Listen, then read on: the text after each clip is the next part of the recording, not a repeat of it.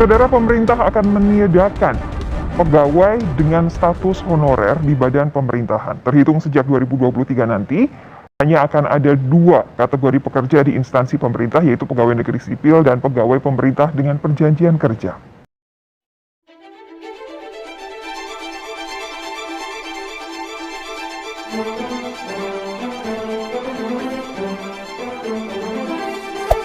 Hey there, subscribe to my channel. Jumlah tenaga honorer di Indonesia mencapai 438.590 orang, dan sebanyak 35%-nya adalah tenaga pendidik. Tenaga honorer berpeluang diangkat menjadi PNS sesuai Peraturan Pemerintah Nomor 48 Tahun 2005. Adapun syaratnya, diutamakan yang mengabdi paling lama di instansi pemerintah. Tenaga honorer berusia 46 tahun dengan maksimal masa kerja 10 hingga 20 tahun ke atas. Tenaga honorer berusia 40 tahun, masa kerja 5 hingga 10 tahun.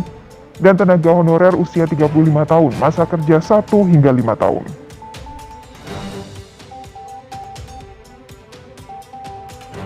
Status tenaga honorer akan selesai pada 2023, sehingga tidak ada lagi pegawai berstatus honorer di instansi pemerintahan. Menteri Pendayagunaan Aparatur Negara dan Reformasi Birokrasi Menpad RB Cahyokumolo menyebut, nantinya status pegawai pemerintah hanya ada dua, PNS dan pegawai pemerintah dengan perjanjian kerja atau P3K. Terkait tenaga honorer, melalui peraturan pemerintah diberikan kesempatan untuk sampai dengan tahun 2023. Pegawai dengan status PNS dan P3K nantinya disebut ASN.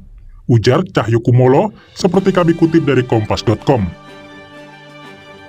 Sebelumnya, Ombudsman RI menemukan adanya maladministrasi dalam penggunaan tenaga honorer. Anggota Ombudsman RI, Robert Naendi Jaweng menyebut, salah satunya adalah pengabaian kewajiban atas pekerjaan, imbalan dan perlakuan yang adil dalam hubungan kerja. Yang ibaratnya ada yang mengatakan bahwa honorer itu sesungguhnya gajinya jauh lebih kecil dari ASN, tapi pada konteks tertentu pekerjaannya lebih banyak. Nah ini pekerjaannya bahkan lebih banyak dari ASN-nya gitu. Mungkin juga ASN-nya entah ngapain, honorer yang kemudian mengerjakan pekerjaannya. Itu fakta.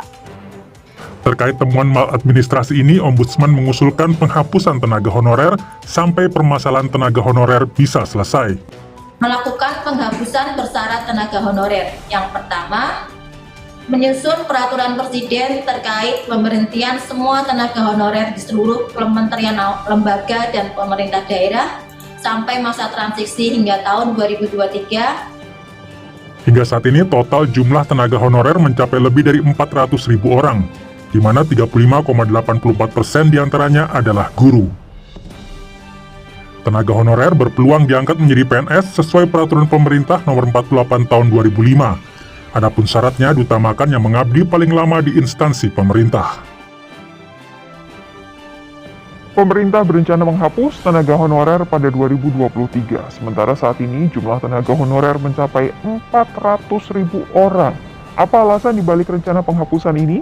Apa ada solusi bagi para tenaga honorer? Kita bahas bersama Deputi SDM Aparatur Kementerian PAN RB Alex Denny dan pengamat kebijakan publik Rian Nugroho. Iya, Mbak Sofi. Ini kan sebetulnya bukan ujuk ya, Mbak. Penyelesaian honor sebetulnya sudah dimulai sejak tahun 2005 ya. 2005 itu ada PP 48, atau PP 4 2007. Itu sebetulnya pejabat pemerintah sudah dilarang mengangkat tenaga honorer. Ya, PPK sudah dilarang. Nah, pada waktu itu dilakukan pendataan.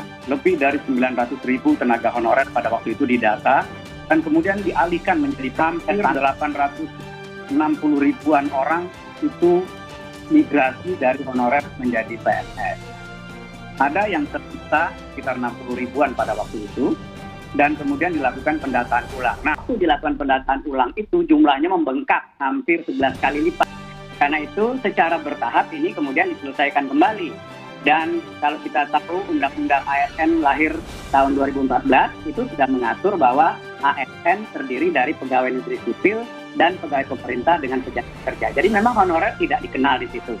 Kemudian ada PP turunannya, PP 49 2018 tentang manajemen P3K ini mengamanatkan bahwa pemerintah harus menyelesaikan tenaga honorer ini paling lama 5 tahun. Jadi ini proses yang sudah panjang sekali. Jangan dilihat tinggal 2 tahun lagi, kemudian kita gerak-gerut. Enggak. Ini pemerintah sudah melakukan banyak sekali. Sudah lebih dari 1 juta tenaga honorer diangkat dari periode 2005 sampai dengan.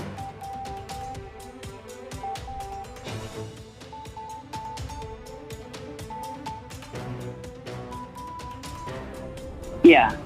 Kita memberikan kesempatan kepada tenaga honorer untuk ikut seleksi, ya, apakah itu PNS ataupun P3K sesuai mereka memenuhi kriteria-kriteria.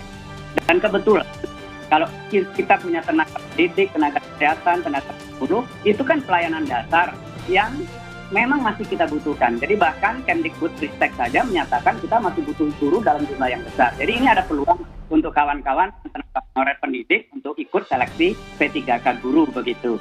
Kesehatan juga begitu. Kita masih mengalami pandemi, kita masih butuh tenaga kesehatan. Karena itu kami berkoordinasi dengan 2 kementerian teknis tadi untuk mencoba melihat kemungkinan kawan-kawan ini diberi kesempatan untuk ikut seleksi di 2021 ini dan di 2022 nanti.